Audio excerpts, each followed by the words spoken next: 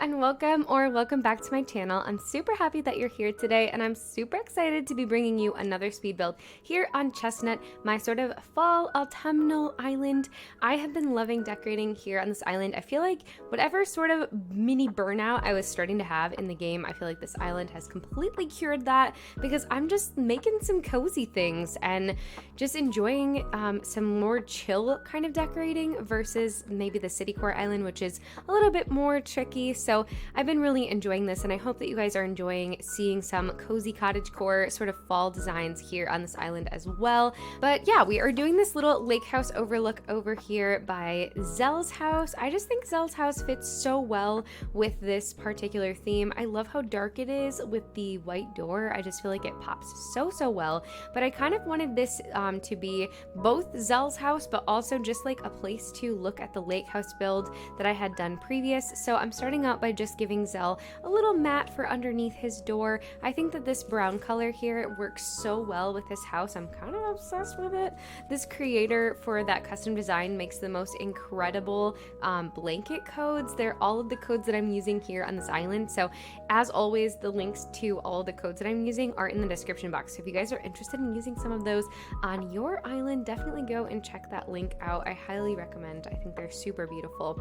But for Zell's particular house here, I kind of was thinking about giving him a movie theater at first, and then I was thinking like a writing area, and I started to look up his hobbies, and he has the music hobby, so I thought maybe to give him like a guitar or something.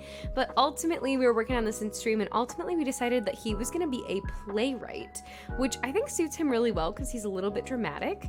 And so we made him a little playwright area next to his house, and I think it turned out to be super cozy. But I bounce around a ton in this speed build. I'm kind of figuring out how I want the lower level of the overlook to look, if you will.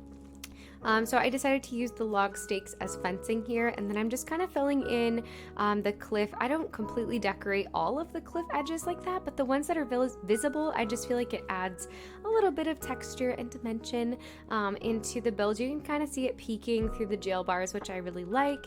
And then of course a barrel, because we can't have cottagecore without using tons of barrels everywhere. They're seriously one of the best items in the game. I don't think I could decorate without them. And then I'm working on the cliff that is above or behind Zell's house, if you will. So I decided to put some wind turbine up here, and honestly a lot of it ends up being kind of covered up by the designs that we're going to put by Zell's house. But like I said before, I feel like it's nice to just have a little bit of a backdrop here. I did decide to use the cliff glitch where you can place a tree right on the edge of the cliff, and my god, was that the most insane struggle of my entire life. We were working on it on stream, and I came so close to just giving it up. It was one of those things where like just little things weren't working. Like my inventory was full, and it was a whole mess. So if you're interested in seeing me just completely screw things up, then definitely go and check out the stream for that. But I do like the way that it ends up here first with the little duck on the edge. I think that's really cute, but you'll see later that I ended up wanting to put a bookshelf there, and it just completely blocked the duck. So there wasn't really a point in leaving him there. But don't worry, we give him another home in the build, because it wouldn't be a hashtag quackcore build if we didn't have lots of ducks everywhere. So I was actually thinking I probably need to go back in and add more ducks to this build, because I think there are only like 2, and that's not nearly enough to keep up with our quackcore reputation. So you might notice I'll add a few more here or there later. But here is his little writing area coming together. I ended up deciding to move this picnic blanket back just so that it looked like it was underneath the desk versus in front, and I feel like it looks a lot better that way. I feel like sometimes the littlest things make the biggest difference in the build, and I just have to remind myself to have the patience to fix them, if that makes sense, because sometimes I lack the patience to make small changes like that, but they really do make a difference in the end. And then I wanted to fill in this area to the right of his house, just some cozy things, typical things that I like to use: the garden faucet, some leaves, the monstera plant. I feel like the edge of his house here on the left is very abrupt because it's just like a sharp and flat cliff. I'm definitely going to extend that, and we might have to change some of this later, but I don't really know I don't really know what to do over there. So we're just gonna take that as we go. And then I'm giving him a little place to put out his laundry. I feel like none of this is super groundbreaking or super crazy, but I just feel like this kind of decorating is just really cozy to do and really feel good. So hopefully you guys are enjoying this and you're not too bored with the cottagecore builds, but definitely let me know, and I'm happy to bring you more citycore speed builds over on Foxgrove 2.0 if you're interested in seeing more of that island as well.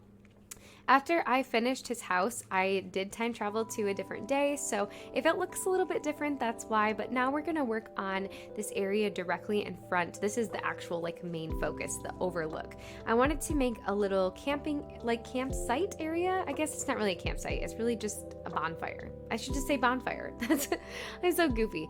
But I really wanted to use the trees here as a chair by the fire, so I'm just starting to cut those down right here. And then I wasn't really sure what to do. I feel like filling these flat areas is so difficult. I could never do a no terraforming island. I would be so lost if I tried to do that. But yeah, so I did feel like it was a little bit challenging to fill this area in. I'm trying really hard not to fill in every single tile. It's such a struggle, but you'll notice I tried. Maybe you won't notice, maybe I didn't succeed, but I tried really hard to leave some spaces empty. I don't really know how to do that. It's so hard. It makes me feel like I haven't finished decorating fully. I don't know if you guys have any tips for that, but yeah, it's just kind of tricky. But I did want to incorporate some bamboo throughout the area as well. I just feel like it lends itself to this sort of like natural aesthetic that we're going for over here. And I think it looks really cool and textured. But I did decide to fix the pathing here because I felt like the pathing that was underneath the little fire pit that we had, it just like isn't centered, and that really bothered me. So I decided to switch it out for just this single little dirt spot, and then I do end up using the campfire instead of the, what is that even called? I just said it. The little fire pit, there we go, that I had before. I'm constantly forgetting the names of things. It's so annoying. And I do feel like this area is a total fire hazard now. Like the firewood is right next to the fire. That is honestly not safe at all. But then I decided to make a little fishing area, which also makes no sense because this is up on a cliff and I've never really seen anyone fish off of a cliff before, but apparently people are doing that on Chestnut. So not everything has to be realistic. And then to make the fire hazard even worse, I decided to place a hay bed directly next to the fire. I feel like we need to have some firefighters on this island because we are going to run into some serious issues.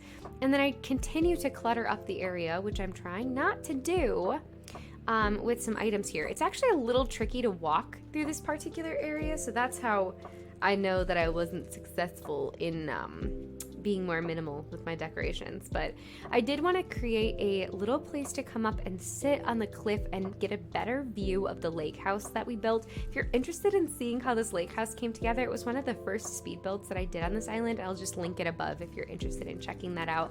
But it's actually my favorite spot on the whole island. I'm really proud of it. So I wanted to give like a special little spot to sit up there, and it's just pretty simple, but I like how it turned out. I think it's really cute. So and then we're just putting the finishing touches on the build. A little bit of fencing, a little bit of bushes here and there. And then I think that next to this area, I was thinking about putting Deirdre's house.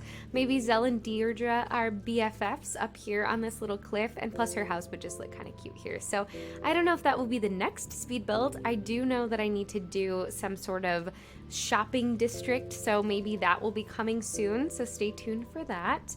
But if you guys have any suggestions for builds that you'd like to see here on Chestnut, definitely let me know. I'm always excited to hear your suggestions. But this is the finished little area, the little land bridge, overlook, Zell's house. I don't even know what to call this. It's just cozy cottagecore mess of a build, but I hope that you guys enjoy it.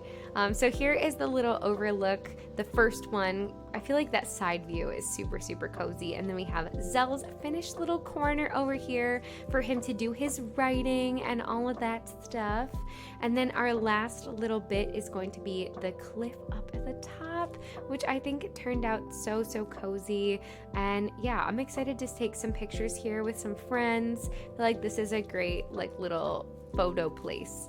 So I want to take a second to thank the members of the Fox fam. Thank you so much for supporting my work here on this channel. And you can also support the channel by liking and subscribing, hitting that notification bell so that you don't miss a video. But thank you guys so much for watching, and I will catch you all in the next one. Bye!